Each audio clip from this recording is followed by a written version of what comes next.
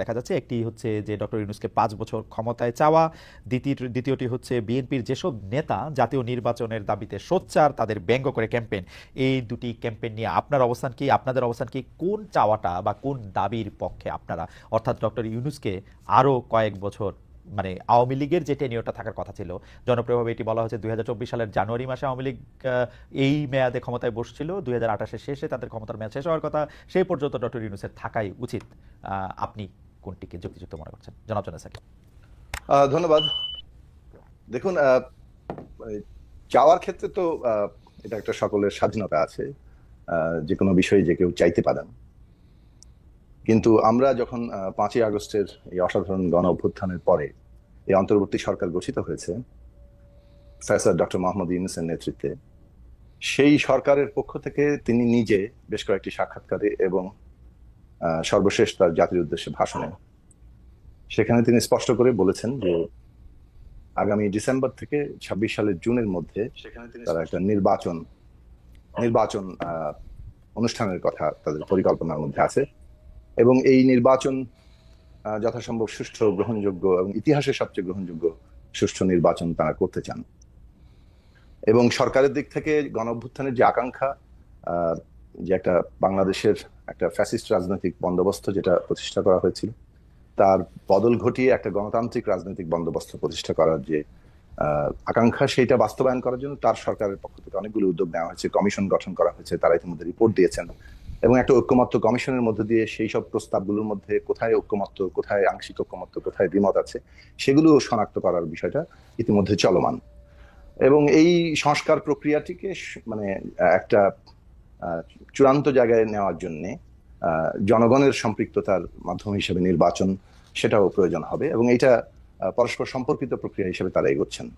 আমরা আমাদের দিক থেকে আমাদের প্রস্তাব আকারে বলেছি যে সংস্কারের ক্ষেত্রে সবারই কম বেশি ঐক্যমত্য আছে, কিন্তু সংস্কার কি কি বিষয়ে হবে সেসব বিষয়ে হয়তো সব বিষয়ে সবাই একমত নন। যেসব বিষয়ে একমত হবে, যেহেতু এই আন্দোলনটি ছিল একটা মানে ফ্যাসিবাদ বিরোধী সকল রাজনৈতিক দল, শ্রেণী পেশার সংগঠন, ব্যক্তিবর্গ এবং বিশেষভাবে শিক্ষার্থীরা, ছাত্র নেতৃত্ব, ছাত্রদের অংশগ্রহণ, ছাত্র শ্রমিক জনতার আত্মত্যাগ, তো এই বিরাট অভ্যুত্থানের মধ্যে দিয়ে আমাদের এই যে কালেকটিভিটি, একটা সামষ্টিকতা, সেটারই একটা প্রকাশ ঘটেছে সরকার গঠনেও, সবাই মিলে সমর্থন করেছি। সেই দিক থেকে এই সংস্কার প্রক্রিয়ার কাজটিও পদ্ধতিগতভাবে একটা ঐক্যমত্যের ভিত্তিতে এগোনো দরকার। অর্থাৎ যেসব প্রশ্নগুলোতে ঐক্যমত্য তৈরি হবে সেটা তো একটা হয়ে গেল, আর যেসব বিষয়ে আংশিক ঐক্যমত্য আছে সেগুলো আরো অধিকতর আলোচনা, এমনকি যেগুলোতে দ্বিমত আছে সেগুলো নিয়ে আলাপ আলোচনা চলবে। ইতিমধ্যে ঐক্যমত্য কমিশন আলোচনা করছেন, এবং সেই সব মধ্যে থেকে আরো কিছু বিষয় হয়তো ঐক্যমত্য তৈরি হওয়া সম্ভব। যেসব বিষয়ে ঐক্যমত্য তৈরি হবে সেগুলো জাতীয় সনদ আকারে আমাদের তৈরি করা দরকার। এবং এই জাতীয় সনদের মধ্যে দুটো অংশ আছে, একটা হচ্ছে সংবিধান প্রশ্ন, যেটা আমাদের দিক থেকে প্রস্তাবনা, যেটা একটা নির্বাচিত সংসদ, এটাকে আসলে এই পরিবর্তনটা করা দরকার। এর বাইরে অনেকগুলো সংস্কারের প্রশ্ন আছে, জনপ্রশাসন, আইন শৃঙ্খলা বাহিনী, বিচার বিভাগ এবং ইত্যাদি। সেই সব সংস্কারগুলো অনেকগুলোই নির্বাহী আদেশেও সম্ভব, যেগুলো পরবর্তীতে সংসদ র্যাটিফাই করবে। কাজে এই বিষয়ে একটা ঐক্যমত্য তৈরি করা দরকার, যে নির্বাচনকে সুষ্ঠু করার জন্য কি কি বিষয়গুলো এখন সংস্কার আকারে সম্পন্ন করতে হবে নির্বাহী আদেশে। আর যে জাতীয় কি বলে সংবিধান সংস্কারের প্রশ্ন, সেটা আগামী সংসদে হবে, কিন্তু সে বিষয়ে ঐক্যমত্য থাকা দরকার একটা জাতীয় সনদ অর্ডিন্যান্সের মাধ্যমে, যে আগামী সংসদ এই ঐক্যমত্যের জায়গাগুলো যেটা তৈরি হবে জাতীয় সনদের মধ্যে সংবিধান প্রশ্নে, সেটা অবশ্যই সেই সংসদ সেটাকে সংস্কার করবে, এবং একটা নির্দিষ্ট সময়ের মধ্যে করবে। আমাদের দিক থেকে আমাদের প্রস্তাব হচ্ছে 6 মাস সময়ই যথেষ্ট, যে এর মধ্য দিয়ে এই সংবিধান সংস্কার করা যেতে পারে। আমরা একই সাথে আরো প্রস্তাব তুলেছি যে আগামী সংসদ নির্বাচনটি একই সাথে সংবিধান সংস্কার পরিষদের নির্বাচন হওয়া দরকার, কেননা সংবিধানের যে মৌলিক সংস্কারগুলো করা হবে এটা জনগণের ম্যান্ডেট নিয়ে করা দরকার। সাধারণভাবে সংসদে একটা 2/3 সংখ্যাগরিষ্ঠতা থাকলে অ্যামেন্ডমেন্টের মাধ্যমে সংবিধান সংশোধন করা যায়, কিন্তু এটা যেহেতু অনেকগুলো মৌলিক সংস্কারের বিষয় আছে, এবং সে কারণেই এটা জনগণের ম্যান্ডেট নিয়ে করা দরকার। আমরা জানি যে সংবিধান সংশোধন যখন হয়, যেমন ধরুন তত্ত্বাবধায়ক সরকারের বিল এসছে ত্রয়োদশ সংশোধনী মাধ্যমে, কিন্তু সেটা আদালত কর্তৃক আবার সেটা বাতিল ঘোষণা করা হয়েছিল, পঞ্চদশ সংশোধনী তৈরি হয়েছিল, এখন পঞ্চদশ সংশোধনী আবার কিন্তু আদালত কর্তৃক এটা আংশিকভাবে বাতিল করা হয়েছে। কাজে সংবিধান সংশোধনের প্রশ্নটি আদালতের যেহেতু অভিভাবকত্ব থাকে, তারা সংবিধানের সাথে সাযুজ্যপূর্ণ হলো কিনা সে বিষয়টি দেখেন। কিন্তু যখন জনগণের ম্যান্ডেট নিয়ে, যেমন গণপরিষদ জনগণের ম্যান্ডেট নিয়ে একটা সংবিধান নতুন করে লেখার অধিকার পায়, ঠিক তেমনি সংবিধান সংস্কার পরিষদ আমরা বলছি যে আগামী নির্বাচনটা হওয়া উচিত এই কারণে যে যেহেতু সংস্কারকেই আমরা লক্ষ্য হিসেবে ঠিক করেছি এবং সরকারও ইতিমধ্যে সংবিধান সংস্কার কমিশনই গঠন করেছে, সে কারণে এই সংস্কারটা জনগণের ম্যান্ডেট নিয়ে করলে তখন এই সংসদটি এই মৌলিক সংস্কার করার অধিকার পায় এবং আদালত তখন এই সংস্কারকৃত সংবিধানটিরই সুরক্ষা দেবে। কাজে সেই দিক থেকে এর টেকসই হওয়ার জায়গাটা এইভাবে জনগণের সম্মতির ভিত্তিতে করার মধ্য দিয়ে তৈরি হতে পারে। এই যে সংস্কারের নির্বাচনের মধ্যে টেকসই হওয়া, এর মধ্যে দিয়ে নতুন রাজনৈতিক বন্দোবস্ত তৈরি হতে পারে বলে আমরা মনে করি। সাকিব ভাই, মানে ঘটনা হইল যে তাহলে কি আপনারা মনে করতেছেন যে ডক্টর মোহাম্মদ ইউনূসের এই সময়টা থাকা দরকার না দরকার না? মানে আপনি সংবিধান সংস্কারের কথা বললেন, ঐক্যমতের কথা বললেন, গণপরিষদ নির্বাচনের কথা বললেন, আপনি বললেন যে 6 মাসের মধ্যে এই সংস্কারটা হওয়া সম্ভব। এই 6 মাসের মধ্যে কি এই সংস্কারটা হবে পার্লামেন্টের মধ্যে, মানে নতুন নির্বাচিত সরকার এসে করবে, নাকি ডক্টর ইউনূসই করবে? এটা যতদিন লাগলো, এবং এই সংস্কার এবং ঐক্যমত্য আমি যা দেখি আর কি, এইটা অনেক দিনের মধ্যে আসলে সম্ভব না, মানে 6 মাসের মধ্যে আসলে সম্ভব না। 6 মাসের মধ্যে সম্ভব না, কারণ আপনি দেখেছেন যে প্রধান বিরোধী দল বলবো কিনা, মানে প্রধান যে রাজনৈতিক দল এখন আছে বিএনপি, তারা অনেকগুলি সংস্কারের ব্যাপারে আসলে একমত না এবং অনেকগুলি বিষয়ে তাদের ভিন্ন মত আছে, আবার তারা সংস্কারের বিপক্ষেও না। তো সেই ক্ষেত্রে কি একটি নির্বাচিত দল এসে এই সংস্কারগুলি করবে, নাকি ডক্টর মোহাম্মদ ইউনূস যেভাবে রাষ্ট্র চালাচ্ছেন সেভাবে তিনি রাষ্ট্র চালিয়ে যাবেন, এর মধ্যে থেকে তিনি সংস্কার করবেন, নির্বাচনের জন্য দেশ এবং দল রেডি হবে, তারপর করবে? আপনি কোনটি আকাঙ্ক্ষা করছেন?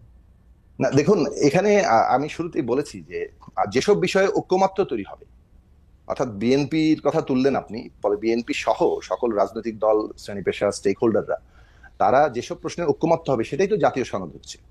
কাজেই সেই জাতীয় সনদ বাস্তবায়ন করার প্রশ্ন আছে। যেসব বিষয়ে দ্বিমত আছে সেগুলো তো জনগণের কাছে যেতে হবে। রাজনৈতিক দলগুলো তাদের নিজ নিজ প্রস্তাবের জায়গা থেকে তুলবেন।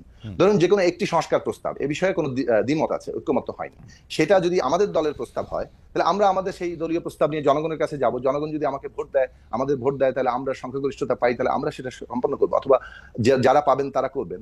কাজে এটা তো একটা পদ্ধতিগত জায়গা লাগবে। সেই পদ্ধতিগত জায়গাটা গণতান্ত্রিক পথে এইভাবেই আছে। আরেকটা পদ্ধতি আছে একটা বৈপ্লবিক প্রক্রিয়ার মধ্য দিয়ে, বিপ্লবের মধ্য দিয়ে। তো সাকিব ভাই, যা দেখা যেতেছে এখন যা দেখা যাচ্ছে, কারণ মানুষ তো মানুষের মতামত জানিয়ে দিয়েছে, যে বা দলগুলি মতামত জানিয়ে দিয়েছে, এখনকার অবস্থায় ইলেকশন ডিসেম্বর বা জুনের মধ্যে, নাকি পরে হোক, ইউনূস সাহেব আরো বেশ কিছুদিন ক্ষমতা থাকুক, কোনটা আপনি চাচ্ছেন? না, আমরা যেটা দেখছি যে এখন পর্যন্ত অন্তর্বর্তী সরকার ডিসেম্বর থেকে জুনের মধ্যেই নির্বাচন করার ব্যাপারে তাদের ঘোষণায় অটল আছেন। এখন কে কি চাচ্ছে সেটা তো চাওয়ার ব্যাপার, সেটা তো সেই চাওয়ার পরিপ্রেক্ষিতে কোনো বদল আসলে তখন আমরা মতামত দেবো। কিন্তু প্রশ্নটা হচ্ছে যে সংস্কার প্রক্রিয়া কি এর মধ্যে করা সম্ভব? আমরা মনে করি যে সম্ভব, এইভাবে যে আগেই বলছি যে 3 মাস সময় নিয়েছেন ঐক্যমত্য কমিশন। ইতিমধ্যে তারা আলোচনা করছেন বিভিন্ন রাজনৈতিক দলের সাথে, আরো হয়তো বসবেন, এমনকি রাজনৈতিক দলগুলো বাইল্যাটারাল ট্রাইল্যাটারাল আলোচনা করবে, এবং সেসব আলোচনা আনঅফিশিয়ালি হচ্ছে, অফিশিয়ালিও হতে হবে। সেই আলোচনাগুলোর মধ্য থেকে আমরা হয়তো একটা ওই যে কমন মিনিমাম যে ঐক্যমত্য হচ্ছে সেটা হবে জাতীয় সনদ। যেখানে দ্বিমত থেকে যাচ্ছে সেগুলো জনগণের কাছে যাবে। ফলে জাতীয় সনদের মধ্যেও আমি দুটো ভাগ করছি। একটা হচ্ছে যে যেটা সংবিধান প্রশ্ন, সেটার ব্যাপারে আমাদের ঐক্যমত্য তৈরি হবে, অঙ্গীকার তৈরি হবে, এবং আগামী 6 মাসের মধ্যে সংসদে এটা করা হবে, অর্থাৎ সংসদ নির্বাচনের পরে। কেন এটা সম্ভব? কেননা সমস্ত প্রিপারেটরি কাজগুলো কিন্তু আপনার এই বক্তব্যটা আমি পুরোপুরি বুঝতে পারছি। তার মানে আপনি বলতে চাচ্ছেন যে আপনি যেটা বলছেন যে 6 মাসের মধ্যে হবে না, মানে প্রিপারেটরি কাজগুলো কিন্তু সব সম্পন্ন করা হয়ে গেছে কমিশনের মাধ্যমে, এবং এগুলো রাজনৈতিক দলগুলোর দিক থেকেও প্রস্তাব আকারে আগেই ছিল। আপনি যদি সংসদ দিয়ে না করেন, তাহলে তো এটা আপনি নির্বাহী আদেশে করবেন, এটা তো একটা মাত্র সিগনেচার দূরে। এবং আপনি যেগুলি বলছেন, যেগুলি ব্যাপারে কারো কোনো দ্বিমত নাই, এরকম 2-4টাও আছে কারো কোনো দ্বিমত নাই, তো সেগুলিতে একটা সিগনেচার দিয়ে দিলে হলো। এটা 1 মাসও লাগার কথা না আসলে, কারণ এগুলিতে আসলে কাঠামোগত কোনো পরিবর্তন করতে হবে না। এই সাংবিধানিক পরিবর্তনে কাঠামোগত কোনো পরিবর্তন নাই, যেগুলির ব্যাপারে ঐক্যমত আছে।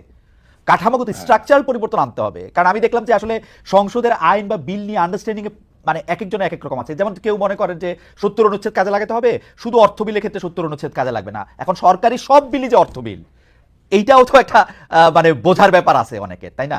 মানে আমি আরো সুনির্দিষ্ট করি, যেমন ধরুন আমরা যখন 31 দফা নিয়ে আলোচনা হচ্ছিল, আমাদের দলগত অবস্থান ছিল 70 অনুচ্ছেদ বাতিল করা হোক।